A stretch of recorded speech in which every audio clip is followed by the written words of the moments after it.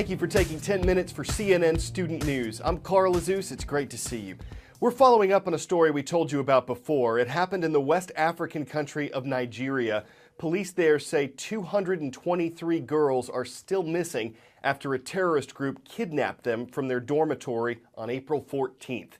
Many Nigerians don't think their government is doing enough to rescue the girls. Hundreds have been protesting in the city of Lagos. Their nation's president says his government would find and free the kidnapped teenagers. Meantime, people around the world are trying to spread the word about this atrocity. Almost 200 schoolgirls missing for more than 2 weeks. How did that happen?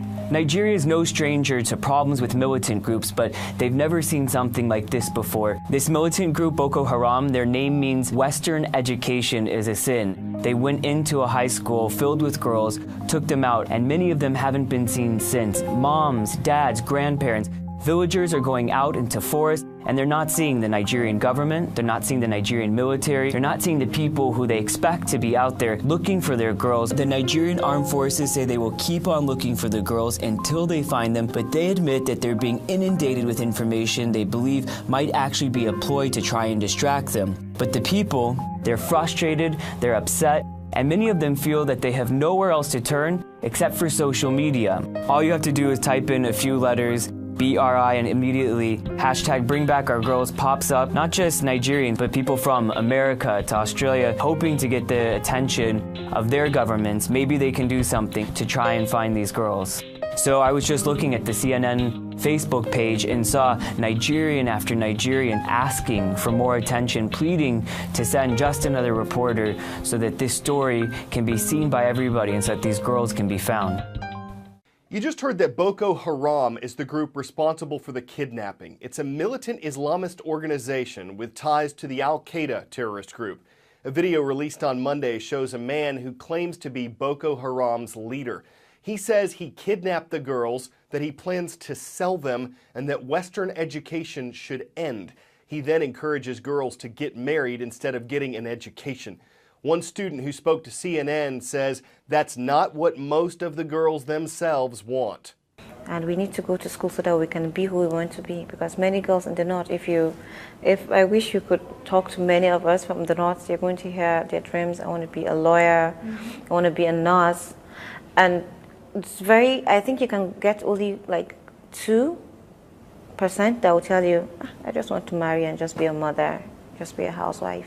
Moving east to the Middle East, Saudi Arabia is where most cases of MERS have surfaced. MERS standing for Middle East Respiratory Syndrome.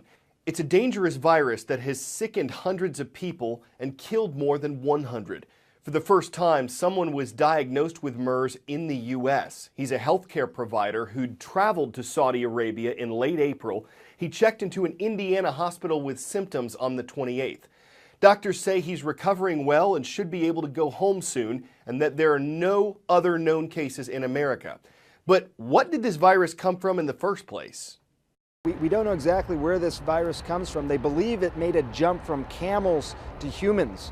About 3/4 of single-humped camels in Saudi Arabia have the antibodies to this particular virus. They've even found the virus itself in camels over there. But exactly how it gets transmitted, is it from droplets in camels, spit? Could it be camel meat or even unpasteurized camel milk? They just don't know.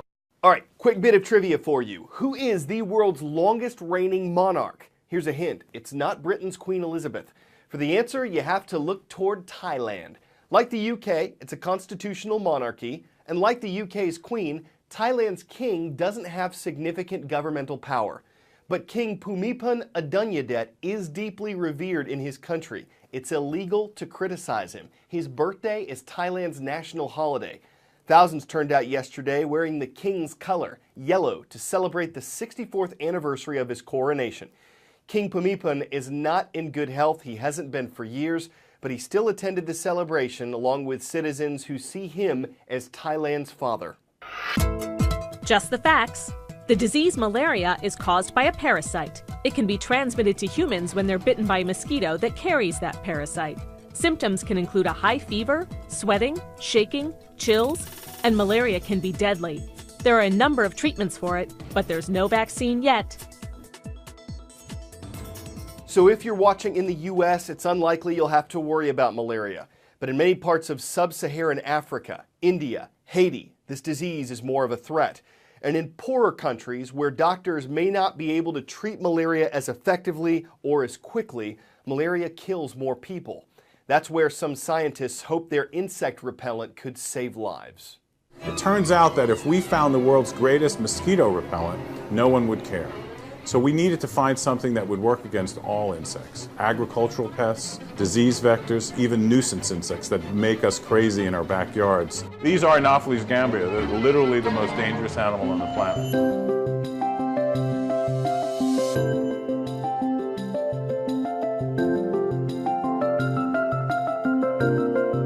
A child will die of malaria every 30 seconds today. Malaria is a very real problem for most of the world. Most of the commercial insect repellents that people come in contact with are basically targeting the insect's olfactory system to make the mosquito not find you.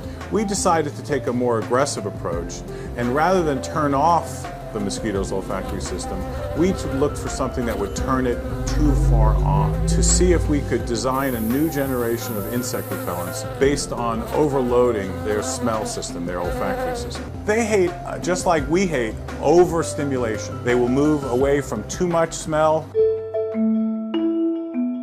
We know that this chemical, which we call VUAA1, has the ability to turn on insect odorant receptors from every insect we've tried, not just mosquitoes. We are just now in the process of doing the toxicity. So far, we don't see any toxic effects. Our hope is that we're able to help develop a product that can be sold for profit in the developed world and use that profit to leverage the distribution in the developing world. We've finished the discovery phase and we have an opportunity to develop the product that we're interested in. Our hope is that every time we spray on a mosquito repellent here in America, we're subsidizing malaria reduction in Africa and Asia.